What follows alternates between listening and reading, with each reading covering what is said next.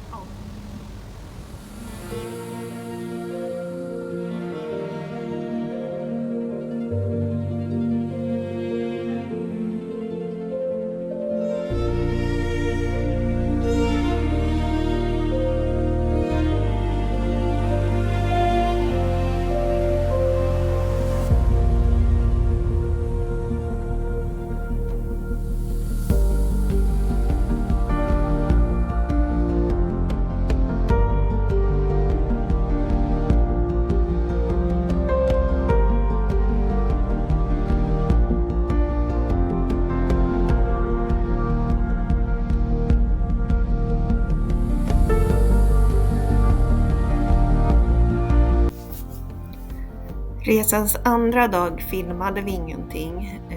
Vi åkte tidigt ifrån guesthouset vi hade bott på nära Hamburg och sen korsade vi Tyskland på diagonalen kan man säga. Vi började på A7 och fortsatte söderut via A9 förbi München och sen stannade vi för natten i Kufstein i Österrike, nära den tyska gränsen, alldeles vid foten av Alperna.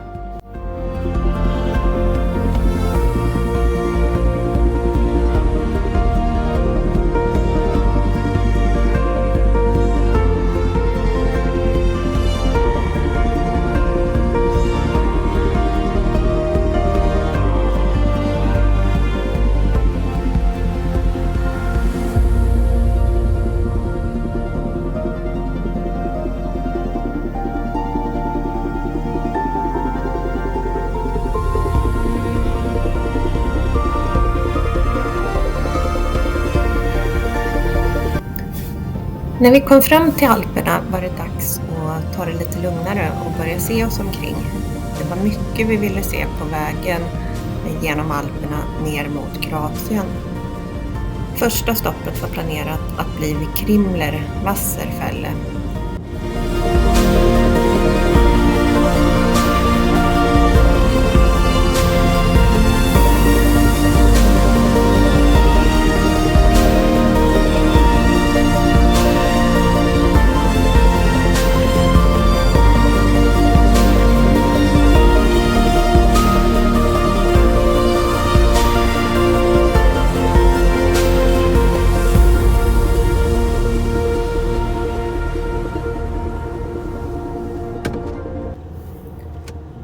Första bergspasset vi passerade på resan var Gerlos pass på väg mellan Kufstein och Krimler Wasserfälle.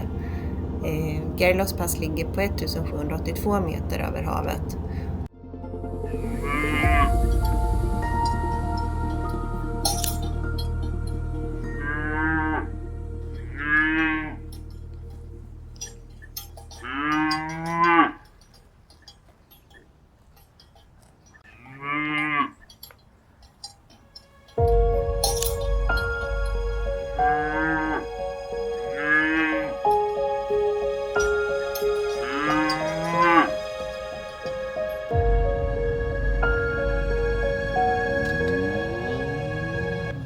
Krimler Wasserfälle består av många mindre fall och tillsammans blir Krimler Wasserfälle Europas högsta vattenfall med en fallhöjd på 385 meter.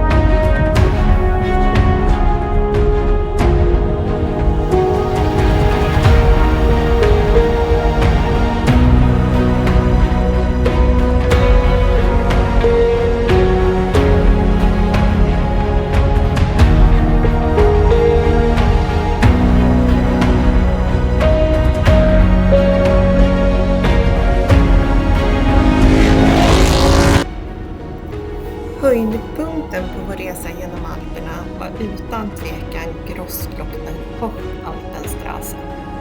Högsta punkten på vägen vid passet ligger på 2504 meter över havet.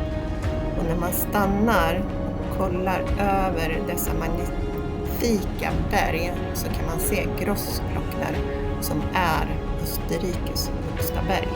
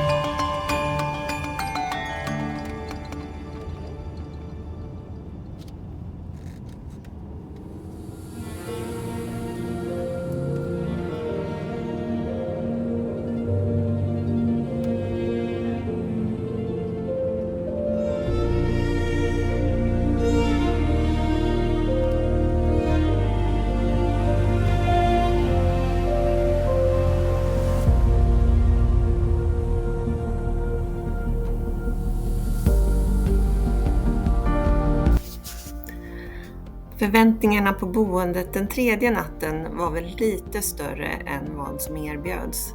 Så mamma och pappa bokade ett hotell. De sa att ni får eget rum. Jag tänkte, fan vad gött. Ja. Jättegött. Kolla toan. Nej. Hallå? Oj, ja. Det är det sjukaste jag sett. Det ser ut som på en båt från andra världskriget. Ja, gärna. Man bör nog kanske läsa recensionerna innan man bestämmer sig för att slå till på ett boende helt enkelt.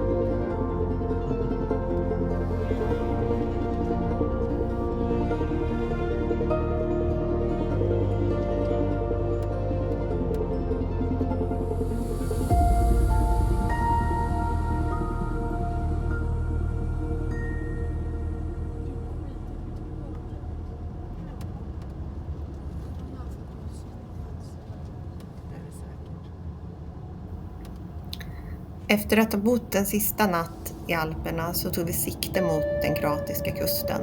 Vi visste i princip vart vi ville, men visste inte om det skulle finnas något ledigt boende när vi kom fram. Vi tog sikte på Pula och en liten camping där som heter Arena Stoja. Som tur var visade det sig när vi kom fram så fanns det gott om boende och vi kunde välja och vraka bland små fina bungalows som låg alldeles mot stranden.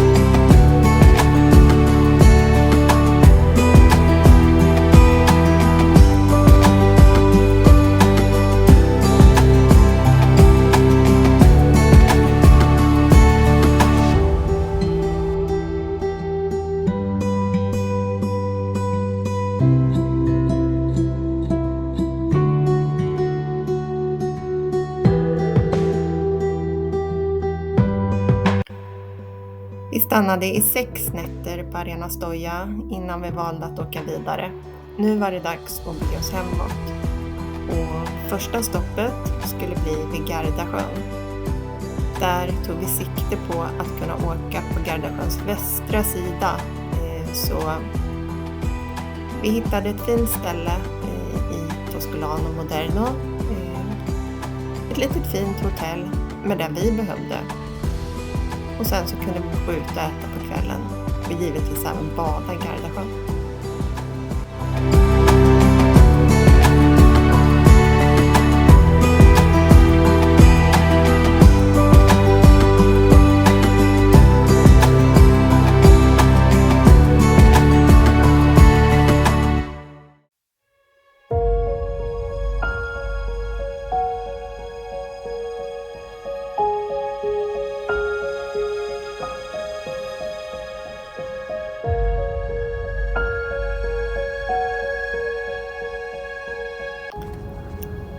Hemresans andra dag började ut med Gardasjöns västra strand.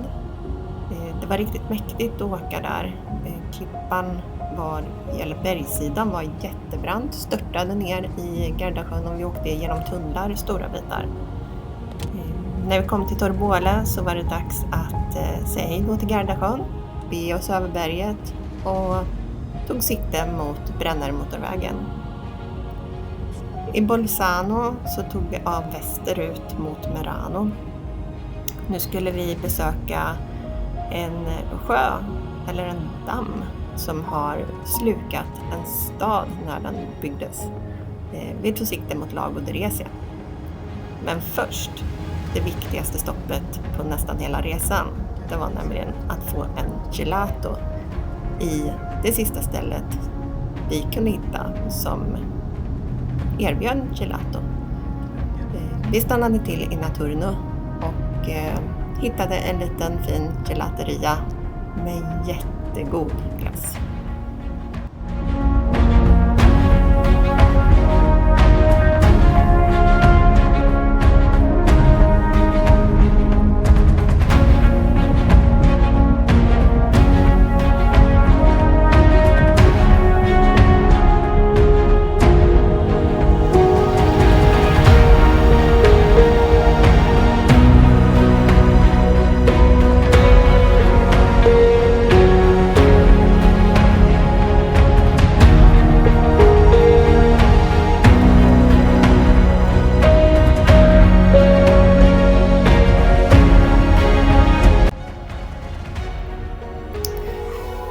Vi stannade för andra natten på hemresan i Füssen, alldeles vid foten av Alperna.